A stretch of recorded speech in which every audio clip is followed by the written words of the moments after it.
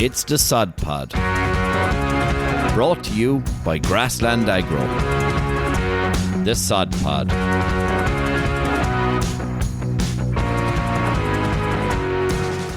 Hello, and welcome to the Sod Pod. I'm here with Ed Healy, and Ed, we've got a special guest. This guy, Tommy the vet, Tommy Heffernan. I think everyone in the country knows you, Tommy, but for the four farmers out there that don't, give us a story. What are you at? That's a good. I think there's more than four lads that don't know me, or four people don't know me. Look, delighted to be here this morning with both of you. My name's Tommy Heffernan. I'm a Kerry man. I'm a vet, qualified 23 years ago, getting older by the day. Done a lot of things in my career. Was a vet in practice for 16. I'm a consultant now for the last probably 7 years, and that has led me down a variety of paths, including my current role, which is primarily in the microbial space. People would have heard me talking about microbes. So, yeah, originally a Kerry man. Love animal health, love Irish agriculture, food production. I'm very lucky to love what I do. Tommy, go right back there. You're a Kerry man. Yeah, Proud Kerry man. I presumed you're a Wicklow man, because you're up in Wicklow a good while, are you? I'm up in Wicklow 23 years, married with 5 kids. But yeah, born in Kerry, love Kerry. Left it in 1997 to go to college and, get back. Don't get back enough, but once Kerry, always Kerry, Dead right. Well, I'm a Tipperary man. I'm gone out of it 22 years, and you're never home enough. I'd agree with that one. He's no a Kilkenny man. A proud Kilkenny man. I would like to revoke that statement. I might be proud of the GA club I'm involved with, which is Tulla Rossburkin, but other than that, we'll always be a tip man. You're yourself and John O'Loughlin. I took both of you're adopted Kilkenny men now, and I think you need to wear that with pride now. At some stage. I have the power to delete all of what you just said out of this. So Tommy, what are you at today, right? So today I do a variety of things. Very hard to describe, even with the kids. Like, the kids ask me, "What do you do now, Daddy?" It's very hard to describe what I do. I'm not doing traditional veterinary work, so I'm not doing any clinical work anymore, although I am on farm through the research work we're doing with Precision Microbes. My primary role at the moment is with a company called Precision Microbes, and I work with them on, I suppose, have helped them bring a product to market, bring a concept to market. I've done research work with them across species. My sort of area of expertise would have been the dairy cow, dairy farming, big passion for that. Would have done a lot of extra studies in that area. But now, as it happens, I'm across all species. I was driving down here to New Ross this morning, and I was talking about trial work in poultry, birds and pigs, so completely different sector. So I suppose I have learned through my career to embrace anything, and I've been very lucky to do so much stuff. Look, there's cows on the wall here. Cows would be my kind of, if you wanted to get me really excited, dairy cows. Yeah. My real interest. Yep. You're working with every animal under the sun there, by the sounds of things, Tommy. What is Precision Microbes, I suppose, is the thing? So when it comes back to animals, and I think microbes are a tool, you have to look at the story of animal health. What I've learned over my years, whether it's a cow, a chicken, a pig, you got to get the basics right around animal health. So feeding, nutrition, management. Actually, the most probably biggest impact, you learn all the time. I meet fantastic people, so I travel a lot. I get to meet vets, nutritionists and farmers, and you get to have these very in-depth conversations with people with experience, because it can't beat experience. The biggest factor, I think, for when we look at disease and certainly animal health is stress. So I've learned what I call being brilliant at the basics. So managing any animal, get the basics right. So Precision Microbes then is a tool. They're a tool. They're gut health solutions. Okay. The lads have come up with a way of using beneficial microbes in a live format, in a liquid. So it's a real game changer. There's a glass of water in front of me here, right? And I make the analogy that it's like the problem is you're thirsty, and for a long time people have been giving you ice cubes. We've got a glass of water, okay? And that's to do with the speed of efficacy, the reaction, how we manage microbes and how we use them. And if we think about what I've learned as well is, I was trained traditionally as a vet and big believer in evidence-based medicine. We use a lot of chemicals and chemistry to manage animals. But nature has made over millennia and millions of years, biology is really important to understand as well. So we're harnessing the power of nature. We're working with the biology in the gut to improve animal health, along with good management. They're not a panacea, they're tools in the armoury. I started with the calf product. I was a skeptic. I was very skeptical about probiotics. I'd never seen any results.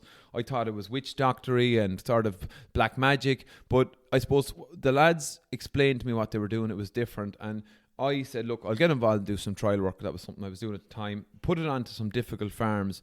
And it was the farmer feedback. So you can have all the trial work in the world. Yes. But when you have serious farmers out there telling you that they can see a difference in calves, it piqued my interest. And ever since then, I've been, as I said, you lift the biological lid. I haven't put it back down. It's been an incredible project. Yeah. Incredible project. I suppose anything that's new is kind of witch doctory, or it's something that's going to take experience for people to actually understand and believe. I mean, like take this year as an example. Right, this year has been a wicked difficult year in terms of weather, in terms of stress on humans, in terms of stress Absolutely. on animals. I've never seen a year that's actually been as difficult on farmers in general.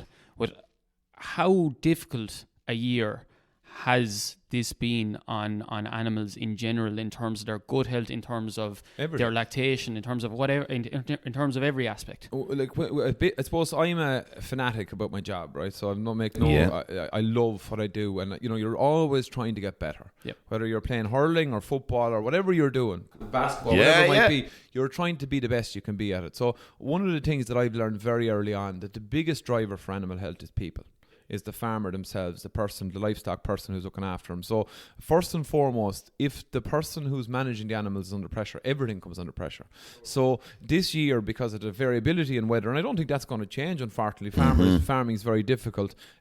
People are under pressure. Now, from a livestock point of view, consistency is key to health. So consistency in nutrition, consistency in management, how we deal with them. We've had a very inconsistent year, and nutrition is inconsistent. So like nutrition is the bedrock for immunity, it's the bedrock for performance. So when you have a poor, such variability in nutrition, you see all sorts of impacts, and it can vary on farms. And like if you look at the cows here in the background, if you think about the cow, she wants the most consistency when she's in the most pressure, when she's calved, when she's going out the grass. She didn't have that. She didn't have the energy. So you have a lot of supplementation, feeding, and because farming is so cyclical in the system, A, B, C, D, and E, when C becomes a problem, D, E, and F then become a problem. Yes. So it's been an extraordinarily hard year, but I don't think farming is going to get any easier. I don't have any good news on that front. One thing I would say, and I'm very, very interested, again, it's just I have a wide variety of interests, is, why do we produce food? Like, why do we produce food? We produce food for the human health market, for human consumption. And, there's a bit of a realization occurring slowly that primary food producers are absolutely so important. We don't want legislation is important. We don't want to put them under such pressure that we're not going to have food producers, because it could be, and here's my prediction, the quota of the future could be having the people to actually produce the food. Now, that's a very long-winded answer to a short question you asked me, but I think it's a very important discussion to have. Without primary producers, we wouldn't be sitting here doing a podcast this morning. We wouldn't have a business. We need primary producers, and we must value, again, food production and what it's actually about. And I think when you make the link between the land, the soil, the animal, the farmer, and the consumer of the food, it's a very powerful story, because human health isn't getting any better. And I think if we understand what we produce, the quality of the food we produce, that's key. That was a bit waffly now, lads. But look, I a bit of a soapbox moment, but I think ideal. It is key when you look at. I'm a bit like yourselves. I meet a lot of farmers, and look, I like people, and you just, when you can feel that, I don't know, that stress. You look at the media. Look, we always can do better. We can always do better around calf welfare, calf health, all those sort of things. But there's a lot of hard work being done by good people producing food. If we take that for granted, we could be in all sorts of problems. And I see that everywhere. And these attacks, I suppose, Tommy, I'd often summarise the farmer community is the fastest community to adapt to change. They're one of the most regulated communities out there. As soon as they get the handle on something, there's a new regulation and a new change and a new pressure. Then we turn on the television and we put on our news, and there's an attack about, farmers are bad. Farmers are causing trouble. They're not minding their animals. They're poisoning the land. They're bad for the environment. No farmers, no food. No food, no human race. Yeah, well, again, there'll always be, and again, I'm always mindful of you look at every angle. So people will say, like, oh, God, that's a complete simplification. We produce too much food and blah, blah, blah. But, and of course, there's bad apples in every orchard, and there is some bad practices, and we want to do it. But it seems like in the last 2 to 3 years that everything is bad. And we're forgetting a little bit about all the good work we're doing. And you mentioned, again, adaptability. Like, environmentally, if farmers, I think they're quite aware if they don't adapt, they're going to not be able to farm. We see that in a tough year. Like, weather patterns are changing. So, no farmers, no food is somewhat of an oversimplification, right? But I think it's a bit more of an understanding we need. We just take things for granted. I see my own kids. They don't understand where their food comes from. And like, what's most interesting to me in developed countries is we have a metabolic health issue. Metabolic health has never been poorer. And like, I think a lot of the solutions come back to a closer understanding of food production, maybe the farmers themselves, being part of that story on human health. Again, this is a little bit idealistic, but I think that's something I believe in myself. And I think the human health side of it from a farm production, there's a great guy, Professor Paddy Wall, he says to farmers, and I love the way he opens his talks, that you're in the human health business. And I think if we get back to that, bearing in mind the environment and bearing in mind, look, legislation is necessary because there's always bad actors. But there's a lot of good work. And I think that's the primary thing. And that's something I always say in my farmer meetings. Like, I'm not a psychologist. I'm not in the agri-food business, right? But I always say to farmers, I always remind people of the good work they're doing. It's just like Ed there. If you told Ed this morning he was doing of course, if you're doing a shit job every morning, Ed's going to have a fairly low-hanging head. Instead, you're giving him a bit of encouragement there, and he's a big smiley head. We all operate off positive feedback. Yes, 100%. Yeah, so anyway, another For sure. rant. But look, that's a really important point. And in fairness to Irish farmers, the vast majority of them out there are trying to do their absolute best for themselves, for their animals, for the health of anyone that's actually consuming the products that they're part of producing. And we had Marcus O'Halloran. Myself and James Freeman had Marcus O'Halloran in from Agri Aware earlier on in the year, and Marcus is very, very vocal about Irish farmers and anyone that's actually involved in the agriculture industry in Ireland having pride in what we actually produce, and really promoting, I suppose, a real farming image that's out there. And that's starting with primary school children, educating them about what's actually going on in the agriculture sector, and moving it up the line to people living in cities and people that have never had anything to do with farms or animals. But I think in general, Irish farmers should have a lot of pride in what they're doing. And look, I know a lot of this regulation that's coming in is coming down from the EU. It's not Irish policy that's actually just been implemented here. It's coming from way up above. And unfortunately, farming is not going to get any easier over the next couple of years. Like you spoke about the weather there a bit. That's not going to change, to be honest. No, I don't think it is. And I think, look, legislation is important. And I'm not saying that we don't change, but like, I think sometimes, if you look at how we sell farming, and social media has been interesting for this perspective. You sell it on the cliffs of Moher, and it's an actor, and everything looks beautiful. Yes. You don't see the coal lambing shed on a January morning. You don't see the clusters going on cows after 3 days of rain and the bags are dirty. Yeah. Like, farming isn't beautiful at times, but it's beautiful. The messiness of it to me makes it beautiful, because to produce food under those challenging times is an amazing thing. And again, if you put a clear window on an abattoir, how many people would eat meat? Like, that's a reality of. So you can kind of sometimes, do we hide away the harsh realities of farming until somebody makes an expose, or do we accept, look, this is what farming's about? And my point here is that one of the trends you see online is farmers now are telling their stories on YouTube. And people, the vast majority of people, really like what they see. They see it because if you're a plumber in Dublin, or you're a housewife in Limerick, or whatever it might be, you're still facing the same daily challenges. So you mightn't know about farming, but you know what hardship is. Yes. You know that you have to get the kids up in the morning. You know the stresses of life. So there's respect there. So I think that's a very important element when we think about marketing. We don't always have to market the good. You can market some of the harsh realities as well. People will accept it. And I got a great line. I worked in the journal for 18 months when I left practice, and I was doing an Nuffield.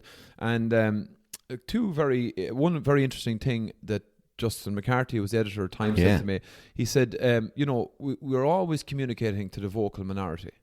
We forget the silent majority. Yes. And the silent majority completely is on side of the food producer, I think. Yeah. Again, we're completely probably, I didn't imagine our conversation Yeah. to go this direction this morning, but it did anyway. Yeah. Hey, that's the way you want it. And then remember MC milking it, Mark. Yeah. Like Mark, come on. Mark's an influencer on Instagram. He hates when we say that, but he is. And he probably wouldn't like that word. He got a big eye opener as this thing took off for him. And about, neighbours and people up there going, I didn't realise this is what you're doing every day. I didn't understand the impact. That's amazing. And then they were stopping him and asking about, how's that field of grass going that was struggling? Or, it was amazing, really, wasn't it? Look, it's great when people from outside the farming community can take an interest in actually what's going on. But I think that's really important, James. Like I spoke a minute ago about a real farming image.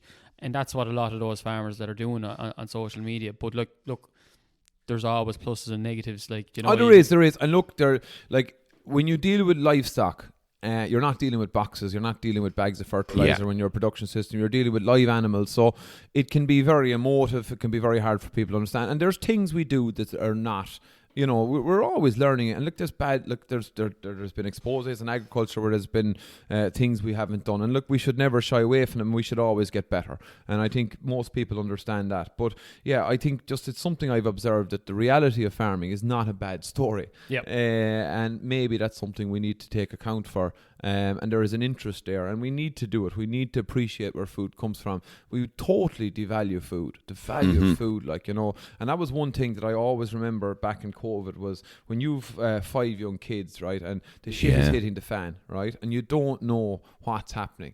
It was a great time to look at, if you wanted to look at businesses that are going to survive, the industries that were active during COVID, they'll be there in 20 years. Yes. And food production was one. So when you're queuing to get into Tesco on a big line with people masked up, and you don't know, what do we all want?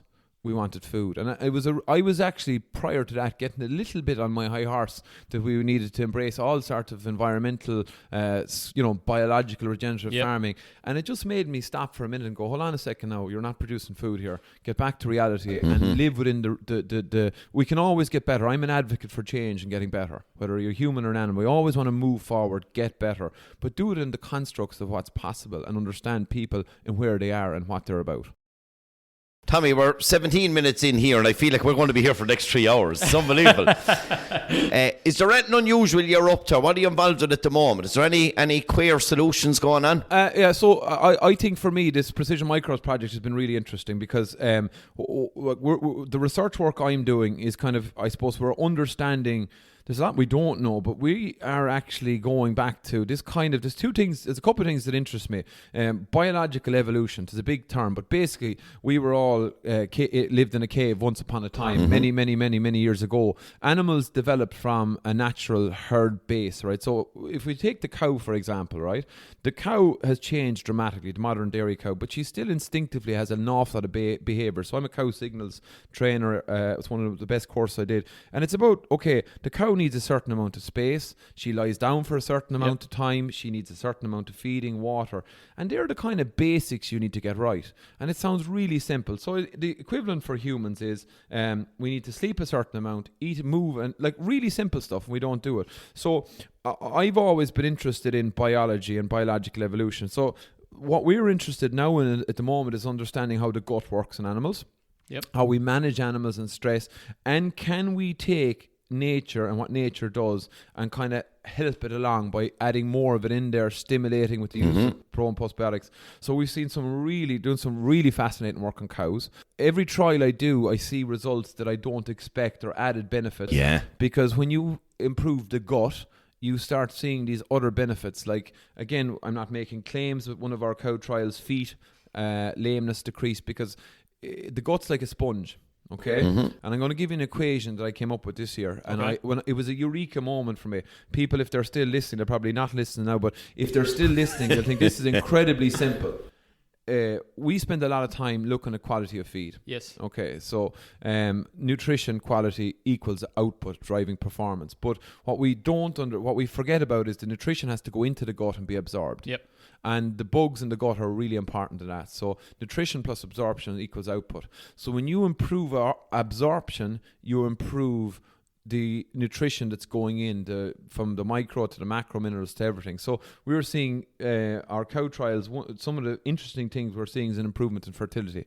Now again, we're not making claims, we need to do more work, but if you understand how basic biology works, it's amazing, because if you get one thing right, something else falls into place. Yes. So for me, it's almost, what I'm learning at the moment is so simple, but it's so impactful. It's like you're almost winding back the clock on kind of, we're always looking for this unique molecule that's going to, they're not out there. It's get the basics right. And then, what are the basics and how can we work with the animal to get a better result? Because, animal welfare is a very topical thing at the moment. And I think what people need to remember is that poor welfare equals poor performance. Yep. So when we get welfare wrong, and I don't think anytime I've seen welfare badly done, it's been either the wrong person's there, they're not in the frame of mind, which is they're challenged, or the education around it has been wrong. And like I do a lot of farmer talks. I don't do as many anymore, and I talk an awful lot of time about the cow and what she wants. Yeah, farmers love it. Because it's so simple, but they're kind of the great stock people know it. Yeah. But they listen about, that makes sense. She lies down for 16 hours a day. Yep. A good bed makes sense. I've only 80 cubicles and 100 cows. So we got things wrong during expansion. Like we expanded, probably in some places we didn't expand for the animals, we expanded with the business, and that the two don't work. Yep. And I've seen that where expansion was there, the opportunity was there, but the facilities didn't move with it, and that's okay. They probably will in time, but where the two work together, where you look after the animal and you expand at the same time, the cow will look after you. Yeah. The pig will do the same. Yep. Even though it's probably more challenging again, but that's a key element for me. The biology and behaviour piece, that's really interesting. Soil is really interesting. Yeah. I know you're in that space. I find that soil health piece, it's so simple, soil. But it's when you actually understand how complex it is. I love the work of people like Alan Savory. Now he's in the regenerative movement. Like people who, they're not in traditional academia and research, but they're out in the field trying things. They're the same kind of guys that used to inspire me when I was a vet, the farmers who'd be just working off their own intuition on things and trying. They're really interesting, along with academia. We need proper research as well. So again, I'm listening to myself now. They're long-winded, meandering answers, but you're kind of getting a brain dump here. Yeah. Well, look, that's kind of important, and there's a lot of important information in there. Like, really, we're coming into a time of year where, we have a lot of stress on farm. We have animals changing diets. We have animals going from outdoor grazing to indoor. Different stresses being our animals are being exposed to different levels of stress. They're also trying to produce a calf at this time of year. I know when I'm talking about dairy cows at the moment here, but there is an awful lot going on. And look, we're primarily a fertilizer company, but we also have animal health products in terms of our mineral supplements. Like our pre-calver block would generally be the biggest mineral block that we actually produce. Yeah. And really the whole thing, or I suppose the whole message is, if we can get the simple things right, if we can get a healthy gut, get the biology correct in there, very similar to what we talk about when we're talking about the soil. When we're talking about the soil, if we talk about biology, we talk about increased levels of mineralization, better nitrogen coming back, better phosphorus recovery from the soil. It's the same in the animal. We're going to get more out of the minerals that we're actually putting in. We're going to get more availability of our vitamins, and we're also going to be able to break down the feed that's going in terms of our varying levels of quality of silage.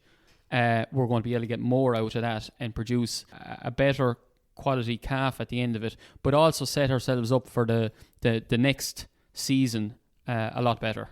Absolutely. So if you look at Ireland, right, whether it's a ewe, a suckler cow, or a dairy calf, we have a seasonal system based off a grass-based system, so we're trying to maximise grass utilisation. So the animal goes into its pre-season or prior to calving, lambing, indoors. Okay, on forage. So if you look at the animal's life cycle in the year, be it a cow or a sheep, that's the most stressful period. Coming up to lambing, coming up to calving, it's done indoors. Yep. So it'd be a bit like your Tipperary, now Kilkenny, Kilkenny hurlers or the Kerry football team going into the championship without doing a pre-season training. Yes, You never catch up. Yep. You never perform, and you won't probably get to that Munster final or Leinster final. So the cow is the exact same. The critical period, the bottleneck, unfortunately for us in an Irish system, and I don't want to add cost to farmers, is the housing and management of animals indoor. Yep. Because the cows, 90% of the cows, 90% of the sheep's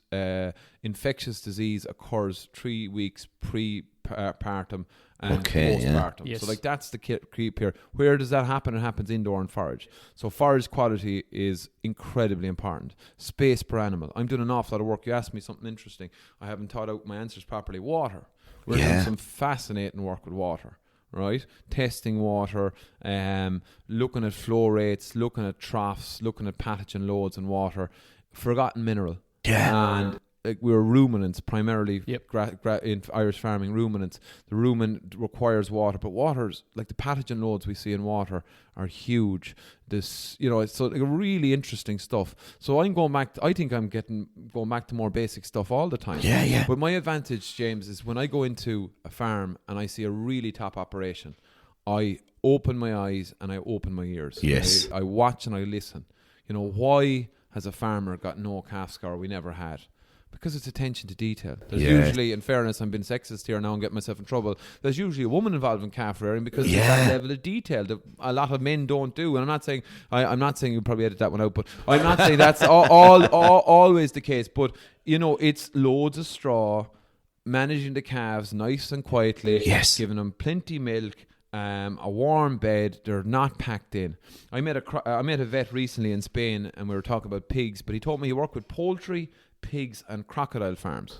So these big crocodile farms are a big thing. And I asked him a question. You always ask people with experience and older in your questions. And I said, like, if you had one thing that you have learned from your intensive livestock days as a vet, what was it? What's the big factor?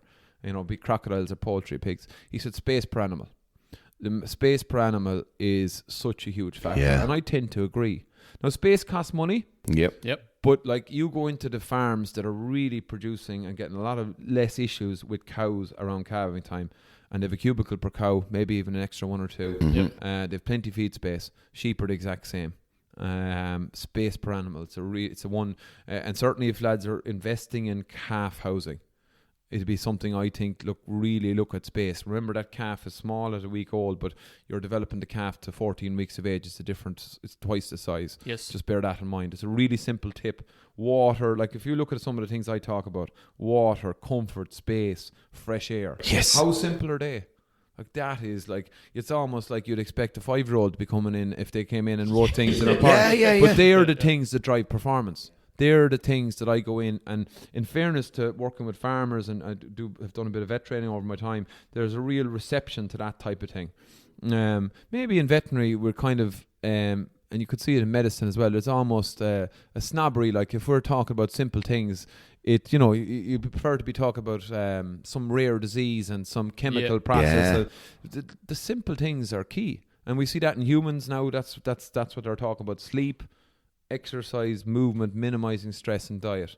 Like imagine if we brought those types of things into kids in school and made them mainstream, what we do to our health service. Yes. Now I can't say I'm living all those things myself, but it's very similar in farming. What are the key things in farming? There's space, quality feed, fresh air, reduce stress. Stress is a huge thing. There was a world conference there on cattle, and one of the key lectures was on stress, and I was delighted to see it because stress, we underestimate stress. We underestimate stress. And my final point now, James looked at me going, this lad does not shut up. Right? It's unbelievable. So I was thinking about this, go back to make sense of this biological evolutionary medicine they call it, is that if you understand what an animal wants, and you push them to a new level. So again, those cows, there's a lovely picture of cows at grass here in my eyesight, so that's why I'm referencing them. If you put a cow in low space, poor air, and all the basics wrong, you are creating stress. You can't see stress. Problem with a lot of diseases is you can't see the stress. So, but it's having a huge impact, and I've seen that time and time again on farm. Actually, I have an interesting story if you want it on one of the challenges with educating people about infectious disease is you can't see it.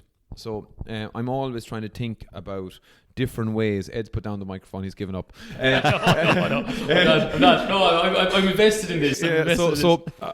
One of the things you see, a very common disease unfortunately in young calves, is calf scour. Okay, so calf scour, if you're a calf with crypto and you take in 100 ounces, you'll produce 3 billion. Now that means nothing to you, right? Okay, it's big numbers. Yep. So I was telling this to a farmer one day and I was explaining about hygiene and how we're going to stop the spread. And jeez, he didn't get it. Great farmer, lovely guy himself and his wife. And then, so what happened was about a day or two later, I was at home and the kids were playing with glitter, and there was fucking glitter everywhere in the house, right? So I said, right, there's something. And so I went back out to the farm with glitter, and I said, right, I had 2 pieces of glitter in my hand, and I had a little tub of glitter, and I said to the farmer, I said, no, it's like you take in these 2. And now I'm going to spread the glitter around. And in fairness, his wife, she got it then. And we were just chatting. And I was doing a lot of work for him at the time. But 3 days later, he was having his breakfast. And he was sitting at the kitchen table. And the table started sparkling. Because the glitter had gone from me spreading it around the pen into the house. And it just was a kind of a wake-up call for him. And it always reminded me that when we're educating people or talking about things, we need to keep things as simple as possible. But we're all visual creatures. So again, meandering massively, but I always remember that as a kind of point in time for me as an educational person. I spent a lot of time educating people and trying to look smart. So it was very important when I stood up in front of an audience that I looked really smart. Yeah. That's not the way you educate people. You educate people by understanding what they want and visualizing things and making things simple.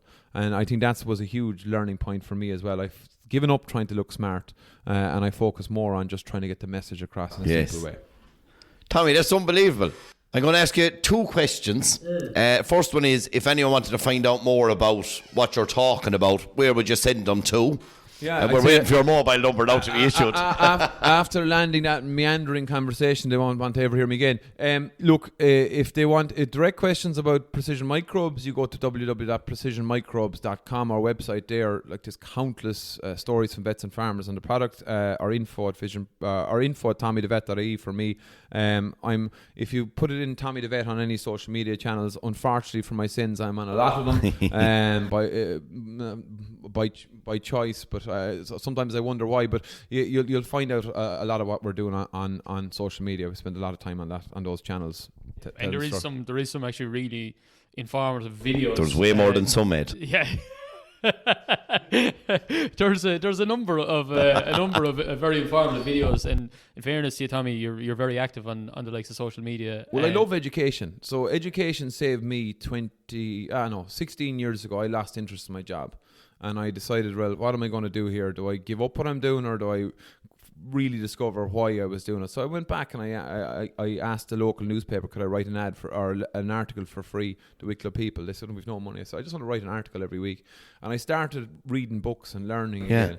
And it's the best bug you can get is the learning bug. So I just create content for my own enjoyment. Okay, look, there's a marketing and sales element to it, but I actually enjoy what I do. So it makes it very, very easy. I can work long hours. Yeah. I'm always learning. You're meeting different people. And, we're doing a What's the Story series on Tommy the Vet YouTube channel. I get to go out and meet some of the best people in farming, horse industry and beyond. And that's my job. To go out and meet and learn from people. So I feel blessed to do what I do. I'm very, very lucky. So that's a long answer to your question again, James. Tommy, what an honour to have you on. Really appreciate it. James, look, fair play to you. I love you I've come down to New Ross here into the office, even learning what you're doing. I love communication. I love people who are pushing the boat out. Like, never, my piece of advice to people, if there's younger people in particular in the agriculture industry, whether you're a primary producer or you're involved in the industry, this is a key message for me, right? This is an exciting industry, right? And look, it can be difficult at times, there's legislation challenges, but the only way we're going to move forward is by moving outside our comfort zone, doing different things, challenging the status quo. And to do all those things, you have to jump outside your comfort zone and be a bit fearless. So to anyone who's stayed on for the waffle and the meandering conversations about biological evolution to this, is don't ever be afraid to take that chance, try that thing, start that business on farm, move forward, keep learning. That's what we need in the industry. Unbelievable. Tommy, we know your next calling in the next few years, a motivational speaker as well. And a life coach. A bullshit artist. No, but it's important. It's important. Tuller GA will have you up next. And then we signed up for the next training session. Mind yourselves out there. Farm smart, farm safe. Hey, thanks for listening to the Sod Pod. We hope you enjoyed it. To find out more, head over to www.grasslandagro.ie or check out our social channels: Facebook, Twitter, Instagram, LinkedIn and YouTube. That's all for this episode. See you next time.